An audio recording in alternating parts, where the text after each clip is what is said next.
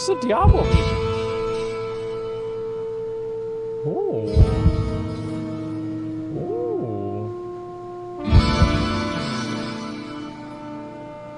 Hey guys, what's up? Madseason here, back with another video for you. Diablo IV development is underway, and just like with the World of Warcraft video, I figured I'd cover Diablo IV as well, and cover everything we know so far, compared to the previous games of the series, and hopefully just give you an idea of what it's all about.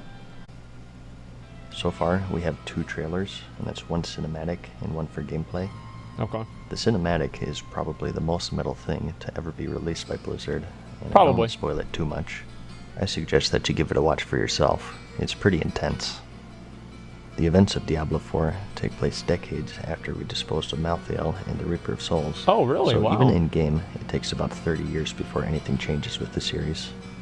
Story-wise, as you'll see in the cinematic, I didn't the know Queen that, of the actually. Succubus and daughter of Mephisto and mother of all humanity, Lilith, has been resurrected to wreak havoc upon the war-torn sanctuary. Yep. The game is Fucking back bitch. to its dark and dreary atmosphere, full effing force. Which is good. I like that. There it is. Fuck yeah, dude. This will be fucking beautiful. An incredible game. You think me mad, old friend, but I know these dreams. And not just in looks, but also in gameplay. As you can see, it looks to be more in line with Diablo II or Path of Exile. Yeah. All of the flashy effects are now gone, and the game takes on a much more dark and visceral atmosphere that's reminiscent of its predecessors. I feel like some of the effects are flashy. I mean, they're not like, oh my god, super flashy or anything like that. It's not a light show. But at the same time, I think they do have a certain level of flashiness with that as well. Yeah, sure. It also has some completely new aspects as well, however, one of them being the open world design. No longer it seems that the game is primarily comprised of That is the levels main with thing I'm teleports excited for into with other Diablo levels. 4. The world of Sanctuary is now completely open, and you must travel from one location to the other, exploring a giant map in search of fights, dungeons, and loot. Wait, oh, what was that map? From one location to the other. Oh, shit. So that's the whole map for Diablo? Where the fuck was this? Holy fuck. Okay, so we already saw this map right here. The map that the cutout is Diablo 4 right now. And so I guess these other parts are expansions. Dude, this game's gonna be massive. I know. If they pull this off in the right way. Oh my god. Yeah. Yeah. Oh my god. This could actually be completely like... I'm now really excited for it. Go ahead. Said you might have a new game. Yeah, this is awesome. Dry Steps is the beta map? Yeah, I don't know. Maybe there's more to it besides the beta. But yeah, if they do the whole thing as the map, yeah, no wonder you need a fucking mount. The zone is going to be... There's probably going to be more that you have to like go across in here than in WoW even. Like, this is insane. Like, I'm really surprised that they're doing this much. Exploring a giant map in search Holy of fights, fuck. dungeons, and loot. That's incredible. They claim that there are hundreds of villages to stumble upon, and you'll even encounter other players that you aren't grouped with, which is much more of an MMO aspect than it is action RPG. God damn. There are limits, however. Certain areas you'll see just a few people, and others you could see a dozen. Wow. One such example is during this world boss encounter. The open world isn't randomly generated, but the events that happen within it are, and one of them is a world boss encounter, such as this giant dragon as you see before you. You can choose to group up with 3 other friends, so a party size of 4 total, and try to take it down, but due to the open nature of the game, other players will be able to come and assist you. These bosses... See, I don't know how PvP is going to work in this game. That's another concern that I have. Is like, how is PvP going to work in Diablo 4 whenever there's so much phasing and stuff going on? In a way, I want to wonder if you're going to be able to zone into like different worlds on purpose, or if Blizzard is just going to dynamically put you in random phases in the same way they do with WoW. So like, it's like basically, are you logging onto a server, or is Blizzard assigning you basically a layer whenever you log on? And if they're assigning layers, I really kind of worry that all of the interactions that you're going to have in the open world are just going to be throwaway interactions, and they won't matter in the same way as they do in WoW. And like the open world thing, like it's the most exciting and also the most concerning for me, because it can either go really well or really not well. These also have a unique stagger bar effect, which is increased through crowd control effects. Yeah. Once it's filled, the enemy will be stunned, allowing you to deal some free damage and also change the encounter in various ways. For example, you break off the giant bone scythe off this dragon to make its sweeping attacks have a little less bite. But will that even? But with such an open, but would that even matter? Like, that's the issue. Is like in the ARPG games, like the world bosses. Here's the problem with the world bosses, is that they cannot have world bosses that require any degree of coordination or skill if they don't make them like clan specific. Because if you have a world boss that's just sitting out there and if you have a world boss that's just sitting out there in the world and nothing's going on with that world boss, you're just chilling, and it's like, wow, there's the world boss, and there's like 8 other dipshits that just phase in with you. Oh, hey guys, you want to do the boss? Yeah, dude. And like all of these dynamic things that are going to happen to the world bosses won't fucking matter, because the world bosses are just going to get run over anyway. Because you can't make them difficult and then expect them to be completable by a random group. It either has to be completable by a random group or difficult. And if it's not difficult, then it doesn't matter the way the boss changes dynamically if you cut their arm off, because it's going to die anyway. You see what I'm saying? Like, hopefully you guys see where I'm coming from. Like, it's like you're doing 2 contradictory things. How to make cool bosses if it's all RNG? I don't know. Like, it's not about it being RNG. If they want to make difficult world bosses, they have to instance them and have them for clans only. If not, they'll just be annoying to do, and I don't think people will like it. World, you need a fast way to travel, so mounts were announced to play a big part in the game. Yeah, that's going to be awesome. Speed you along in your exploration of Sanctuary, and judging from the previews, it looks like they're going to serve as that collectible aspect of the game. Yeah. Like with how you see in Diablo 3 with the wings and pet systems. Yeah. There are to be 5 classes on release. 3 were revealed at this year's Blizzcon, and that's the Barbarian, the Sorceress, and the Druid. The Barbarian is pretty self-explanatory.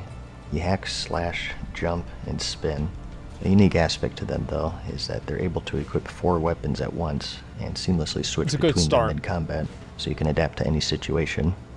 The Sorceress is your mage, focusing on 3 different schools of magic, and that's fire, frost, and lightning. This is the same as And the Diablo Druid 3. is your master of nature and shapeshifter, capable of taking on a bear and werewolf form, I feel like Druid's either and going to also be really commanding OP the or aid really of bad. various One or the animal other. companions.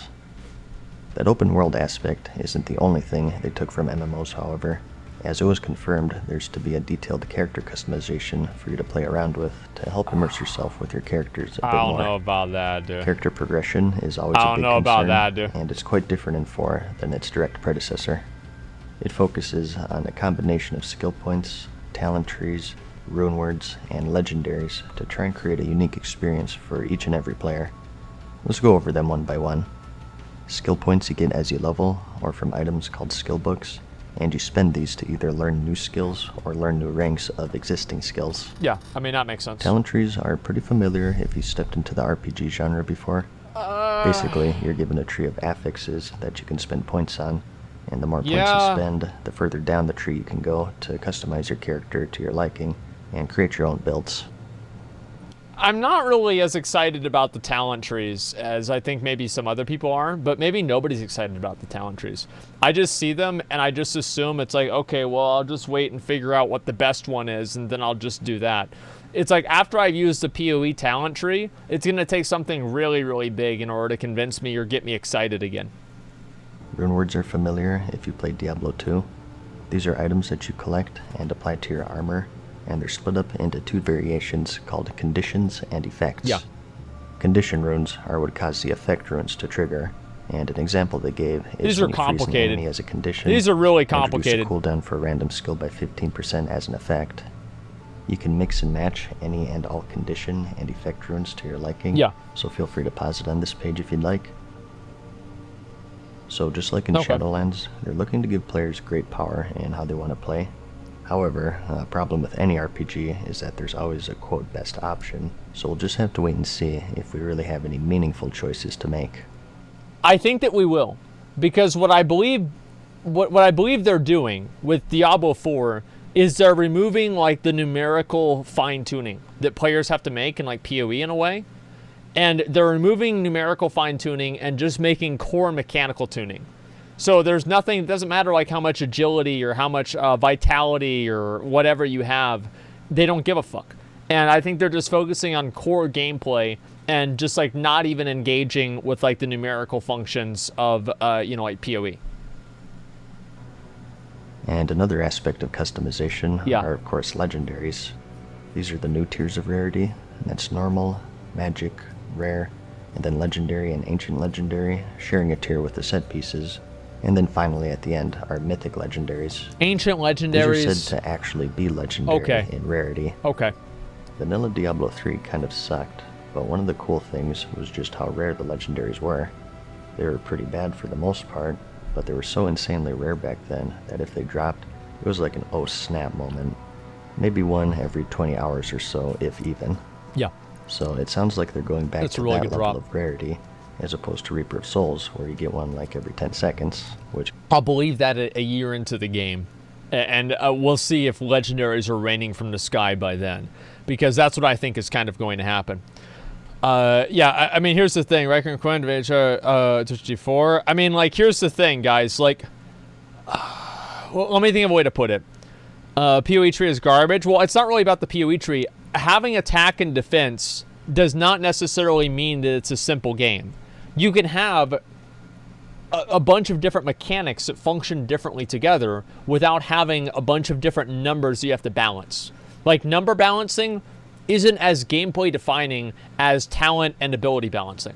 And I think Blizzard, what they're doing with D4, so I just said, is that they're just removing the number balancing out of the equation.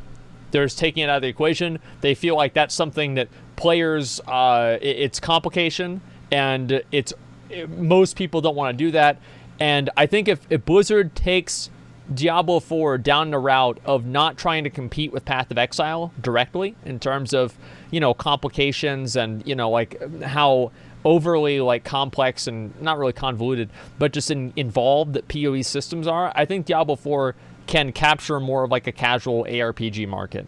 That's what I think their best case scenario is. And there's more people that play casually than hardcore, so it's not like this is like a second place or anything. I think the casual market is a lot bigger than the hardcore market. kind of defeats the meaning of the word legendary. And as for mythics, these are basically legendaries on steroids, and they're said to be only obtainable through special actions, maybe special achievements or something like that, who knows. What we do know though is that they have 4 affixes instead of 1, and only 1 mythic can be equipped on your character at any given time. And trading is also confirmed to be in the game, although it will be restricted somewhat. Some items are tradable forever, whereas more powerful ones may only be tradable once total, and some of the most trading powerful shit, items, man. such as mythics, are forever bound to your character. I feel like, you know how Blizzard has like all of these different systems that are just confusing to players? I worry that Diablo is going to have that same thing happen, where they have like 8 different trading restrictions, and it's just confusing. Like, just make everything tradable or not, or just make certain, like, there's like either tradable items or not tradable items. Anything more than like those 2 different functions, it's too much. It's just too complicated in my mind. And crafting is also making a return. No real huge details yet, That'd be but good. it's confirmed to be in the game That'd in be some real good. form or another. We know that you can obtain materials throughout the world, and that there's also a salvaging system to serve as a source, as we'll talk about further in a bit. I wanted to make special mention of it though, because it's tied to clans. Clans are seeing a return, and something new that you can do with them is set up a material stash for the clan. They made mention that you could donate some crafting materials to be stored in some sort of bank, so they serve an actual purpose. So that's how now, I can leech other than stuff in just for D4. chatting and setting That's up good. groups. I'm glad about this. Dungeons are also a bit more unique. They're now completely randomized in both layout and location. You can find... Man, they said that about D3, man. Like, they're not going to be randomized in terms of layout and location. Like, there's gonna be the open world layout like this one. There's gonna be the inside layout that's underneath the cathedral. There's going to be the dungeon layout. Like, this dungeons being randomized shit, I don't believe it. I do not believe it at all. I think they're gonna do the exact same stuff. Nearly any dungeon, nearly anywhere in the world. They're all one continuous just different level tile sets with of no the same loading shit. screens.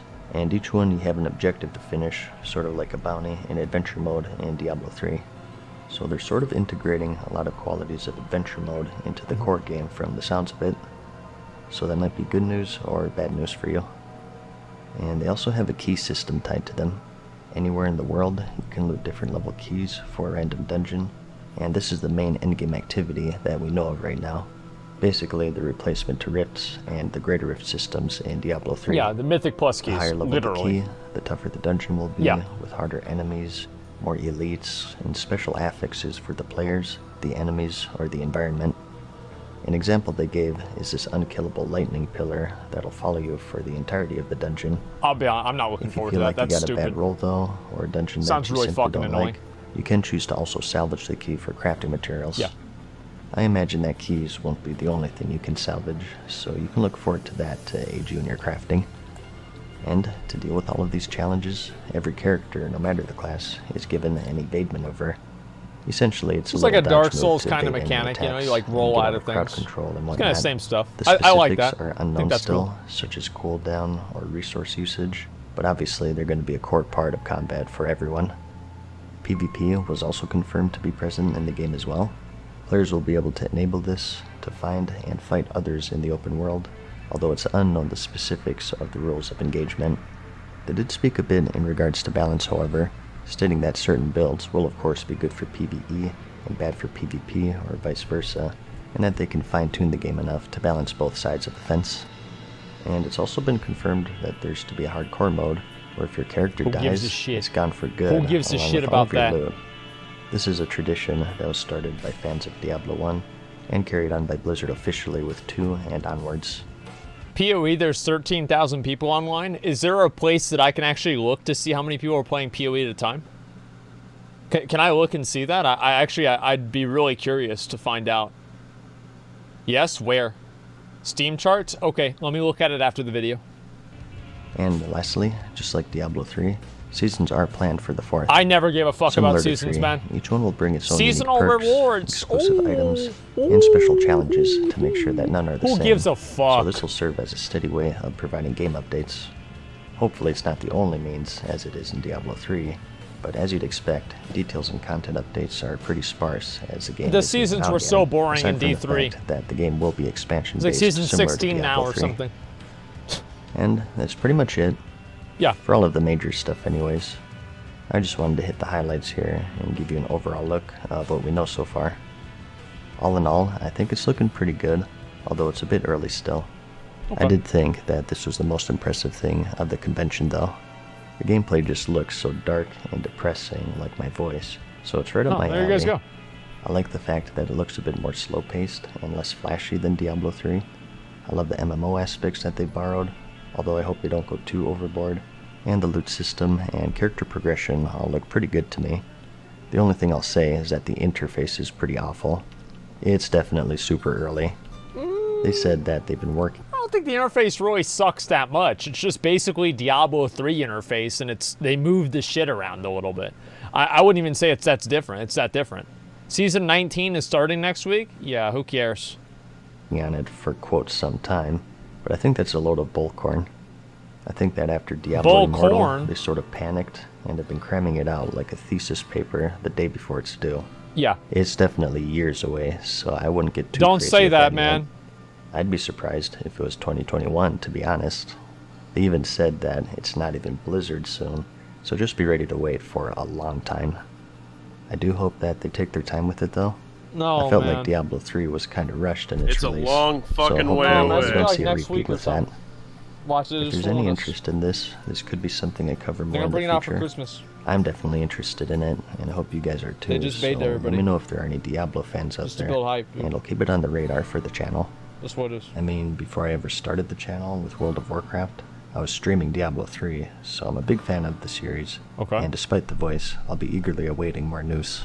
Fuck yeah. Otherwise though, I hope you found this video interesting or helpful. Like it if you liked it, and I'll see you in the next one. Okay. Peace. Okay. So, answered early to make up for the Diablo Immortal. Yeah, I think so. For now, more. Is there only so much they can do? Or are they recycling the old grinds? Well, here's the problem, is that they are in a lot of ways recycling the old grinds. But the concern with that is that what else can you do? What else is there to do? I don't understand it, you know?